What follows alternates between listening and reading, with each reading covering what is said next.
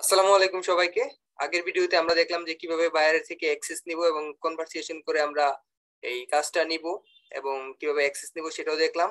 এখন আমরা অ্যাক্সেস নেওয়ার পর যেটা করব এবং সেটা আজকে এখন দেখাবো। অ্যাক্সেস নেওয়ার পর আমাদের এই ইন্টারফেসটা আসবে একদম সেম এবং বাইরের এই যে সাসপেনশনটা হয়েছে এটা এখানে শো করবে। এই যে এখানে দেখেন এই সাসপেনশনের একটা অপশন শো করতেছে লাল দাগ হয়ে। এই যে এটা হচ্ছে সাসপেনশন এবং এটাই আমরা সলভ করব। এটা সলভ করার জন্য কি কি করা লাগবে সেটা আমরা আগে দেখে নেই, মানে কি কি বিষয়ের উপর আগে মনোযোগ দিতে হবে সেটা দেখা দরকার আগে। এই যে মার্চেন্ট সেন্টারের যে আমরা যে জিনিসগুলো ফলো করে আমরা এটা সলভ করতে পারবো সেই লিস্ট। প্রথমে দেখতে হবে ওয়েবসাইটের ভিতর যদি কোনো ইরর থাকে তাহলে সেই মার্চেন্ট সেন্টারটা সলভ হবে না, কারণ মার্চেন্ট সেন্টারটা অবশ্যই ওয়েবসাইটের সাথে কানেক্টেড আছে এবং তারা কিছুক্ষণ পর পর ওয়েবসাইট আর মার্চেন্ট সেন্টারটা এই রিফ্রেশ হইতেছে। মার্চেন্ট সেন্টার মানে গুগল থেকে চেক করে যে ওয়েবসাইটটা কি সবসময় ঠিকঠাক আছে কি না বা কোনো কিছু এই চেঞ্জ হচ্ছে কি না বা যে সেটা গুগলের রিকোয়ারমেন্ট অনুযায়ী কি আসলে ঠিকঠাক আছে কি না, সেই জন্য ওয়েবসাইটটা সবসময় আমাদের পারফেক্ট রাখতে হবে যেমনটা গুগল চায়। এবং গুগল কি কি চায় সেটা আমার কাছে এখানে লিস্ট আছে, লিস্ট আকারে আমরা একটা একটা করে শিখবো এবং কাজ করব। প্রথমে আমাদের দেখতে হবে যে ওয়েবসাইটে কোনো ইরর আছে কিনা। সেই ওয়েবসাইটে যদি কোনো ইরর থাকে তাহলে সেটা সলভ হবে না। প্রথমে আমাদের ইররটা চেক করে নিতে হবে। আমরা ওয়েবসাইটে দেখি, আমরা ওয়েবসাইটটায় যাই। এই যে মার্চেন্ট সেন্টার ওয়েবসাইটের লিঙ্কটা আমি মার্চেন্ট সেন্টারের ভিতর থেকে বের করি। ওয়েবসাইট,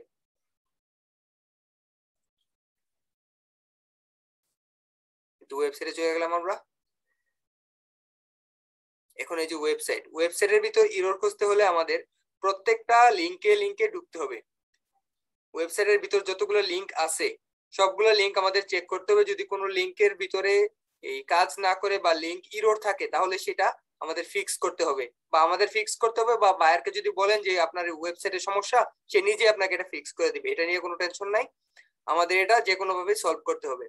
যেমন আমরা কিভাবে এটা ফিক্স করব, প্রথম থেকে আমরা শুরু করি যে এটাতে কোনো ইরর আছে কিনা আমরা চেক করি। এই যে আমরা এখানে হোম দেখতে পাচ্ছি একটা অপশন, হোমে ক্লিক করব। হোমে ক্লিক করার পর এটা এখানেই থাকবে। এই যে পাশের আমরা একটা এই অপশনে ক্লিক করি, সেটাও পারফেক্টলি কাজ করছে। এবং অন্য একটা চেক করি, এটাও ঠিকঠাক কাজ করছে। আরেকটা চেক করি, এটাও ঠিকঠাক কাজ করছে। এটা লোডিং হচ্ছে আস্তে আস্তে, সেই জন্য প্রোডাক্টগুলো লোড হতে একটু সময় লাগছে, কিন্তু সব ঠিকঠাক আছে। আমরা অন্য আরো সবগুলাই দেখি একটা একটা করে। আপনারাও সব প্রোডাক্টের যে পেজগুলো আছে সবগুলো একটা একটা করে দেখবেন। এটা অনেক বড় একটা ইস্যু হতে পারে যে সাসপেন্ড থাকার কারণে বা এটা রিজলভ না হওয়ার কারণে। মোটামুটি সব লিংক চেক করতে হবে।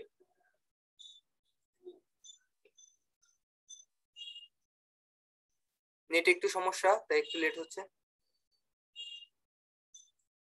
এখানে সব পেজই মোটামুটি কোনো আমি ইরর দেখতেছি না, সবগুলা পেজই কাজ করতেছে।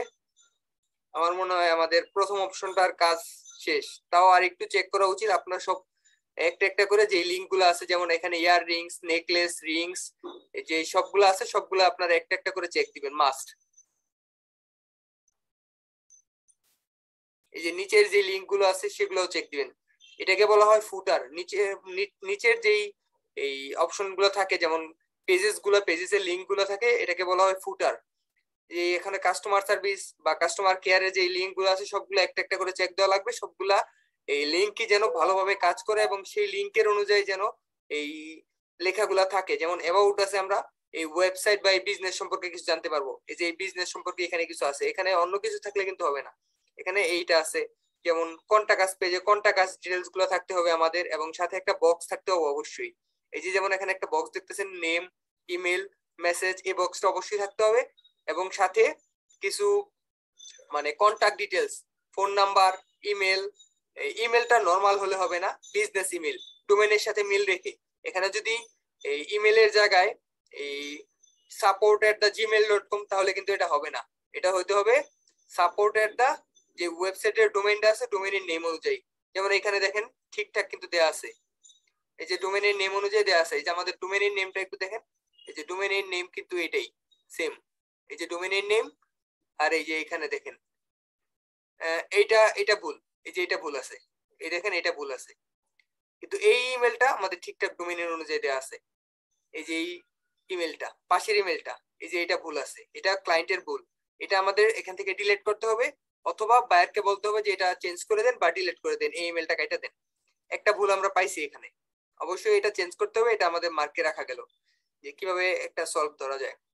একটা ঠিক আছে আর একটা ভুল আছে, অন্য একটা ডোমেইনের এই ইমেল এখানে বসায় দিছে ক্লায়েন্ট, এটা কখনোই সম্ভব না, বাট চেঞ্জ করতে হবে মাস্ট। একটা ঠিক আছে, তার মানে আমরা এই ইমেলটা রাখতে পারি এবং এটা কাটতে পারি, কারণ এটা আমাদের ডোমেইনের সাথে মিলতেছে না, এটা আমাদের ডোমেইনের সাথে মিলতেছে।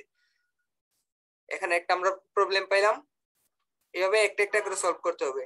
আরো দেখি আমরা, এই যে এখানে আমরা এই কিভাবে আমরা কন্টাক্ট পেজের সার্ভিস গুলা দিব, মানে কাস্টমার যখন আমাদের থেকে ক্লায়েন্টের এই ওয়েবসাইট থেকে কোনো সার্ভিস কিনবে, কেনার পর যদি কোনো সমস্যা ফেস করে, অবশ্যই সেই কাস্টমার চাবে যে সেই স্টোরের যেই অনারের সাথে কথা বলার জন্য এই কন্টাক্ট পেজ থেকেই কিন্তু কন্টাক্ট ডিটেলস পাবে, এবং এখানেই সব দেওয়া থাকবে এবং গুছিয়ে দিতে হবে সব। এমন সব এখানে আছে যে তারা 3 দিনের ভিতর রেসপন্স করবে, এবং সবকিছু এখানে লেখা আছে, এবং তাদের ফোন নাম্বার এইগুলো সব দেয়া আছে। এটাতে আমরা এই পেজে শুধুমাত্র একটা ফল্টি পেলাম। আবার এই লিঙ্ক গুলা কিন্তু দেওয়া যাবে না, এই লিঙ্ক গুলো এখানের জন্য না। এই যে ফেসবুকের লিঙ্ক, ইনস্টাগ্রামের লিঙ্ক, এগুলোও দেওয়া যাবে না এখানে। তার মানে এখানে আমরা দুইটা ইরর ধরতে পারলাম। এই দুইটা ইররের কারণেও এটা সাসপেন্ড হইতে পারে, বা সাসপেনশন আপনি যখন এই গুগলের কাছে বলবেন যে আমি সব ঠিক করছি, তুমি আমার এটা রিজলভ করে দাও, তখন গুগল কিন্তু এই দুটার জন্য আপনার এই সাসপেনশনটা আবার ঠিক রাখতে পারে এই জায়গায়, মানে ফিক্স হবে না। অবশ্যই এগুলা ফিক্স করতে হবে, আমরা এটা দেখলাম। আচ্ছা এখন অন্যটা দেখি, যে এফএকিউ মানে ফ্রিকোয়েন্টলি আস্কড কোশ্চেন, এটা আমাদের দেখতে হবে। এটাতে যদি আপনার ওয়েবসাইটের সাথে মিল রেখে সবকিছু করতে হবে।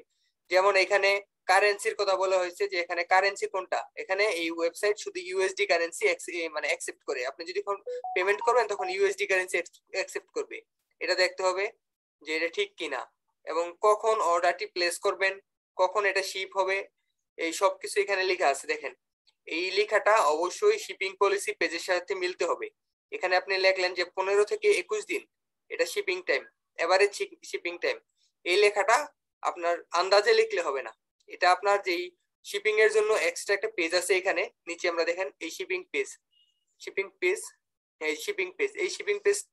এই শিপিং পেজটাও মানে এই শিপিং পেজের অনুযায়ী মিল রেখে কিন্তু এই লেখাটা লিখতে হবে।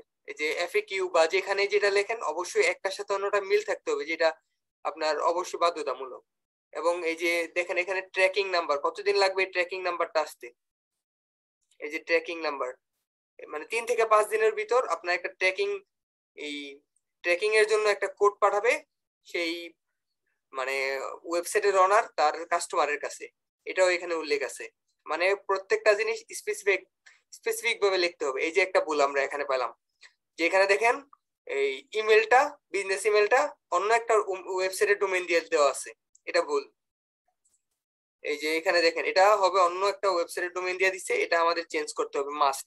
এটা আমাদের ডোমেইনের সাথে মিল নেই, দেখেন এই ওয়েবসাইটের ডোমেইনের সাথে মিল নেই এখানে, এই ওয়েবসাইটের ডোমেইন হচ্ছে এটা, আর এটা দেখেন এই যে এই লেখাটা দেখেন এটার সাথে মিলে না, এখানে এটা মিলাতে হবে, এটা মাস্ট। আচ্ছা নিচে দেখি আরো, এই যে যেমন দেখেন যে মানি ব্যাক গ্যারান্টি দিছে, তারপর 30 দিনের ভিতর রিফান্ড দিছে, এগুলো আমরা মিলাবো আস্তে আস্তে। এবং ক্যান্সেলের জন্য কেমন সময় বা এগুলো এখানে উল্লেখ করছে, এগুলো উল্লেখ করা ভালো, একদম স্পেসিফিক ভাবে যত লিখতে পারবেন বা যত ক্লায়েন্টের লেখাগুলো স্পেসিফিক থাকবে তত আপনার এটা অ্যাপ্রুভ হওয়ার চান্স বেড়ে যাবে। এগুলা স্পেসিফিক ভাবে করতে হবে। আমরা এই ছিলাম ইরোরে, আমরা প্রথমে চেক করি ইরোর, আমরা একটু বেশি ভিতরে চলে গেছি, এখনো এটা যাওয়ার টাইম হয় নাই, আস্তে আস্তে ইরোর গুলো আমরা চেক করি আগে। এটা বললাম, এটা আপনাদের যেটা বললাম এটা পরবর্তীতে যখন অন্যান্য এই জিনিস দেখাবো সেটা কাজে লাগবে। আমরা ইরোর গুলো আগে চেক করি, প্রত্যেকটা পেজ দেখি। এই যে এই পেজটা ওয়ার্ক কাজ করতেছে, আমরা টার্মস অফ সার্ভিসে ক্লিক করি, এটাও ঠিকঠাক কাজ করতেছে। এই সবগুলো আমরা চেক দিব আস্তে আস্তে, পার্ট বাই পার্ট আমরা যাব। এখন আমরা এরর্স গুলো চেক করি।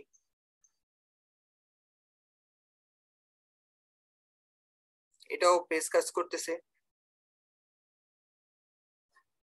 এটাও পেজ কাজ করতেছে, এটাও,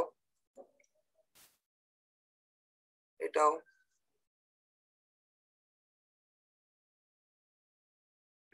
সবগুলা পেজে মোটামুটি কাজ করতেছে, এখানে সমস্যা দেখতেছি না। মানে আমরা প্রথমের যে অপশনটা দেখলাম যে ইরর মানে খুঁজে বের করা, ইরর আমরা এখানে কোনো জায়গায় খুঁজে পাই নাই, তার মানে আমাদের ইররটা নাই, আমাদের ওটা ফিক্স করা দরকার নাই, ইররটা নাই।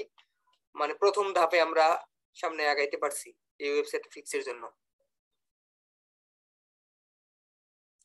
এখানে কোনো পেজে আমি ইরর দেখতেছি না, তার মানে আমরা এই যে এই স্টেপটা, এই যে ইরর 404 ইরর, এটা আমাদের মোটামুটি ফিক্স করার দরকার নেই বা ফিক্স করার কোনো প্রয়োজন নেই, কারণ এমন কোনো ইরর নাই এখানে।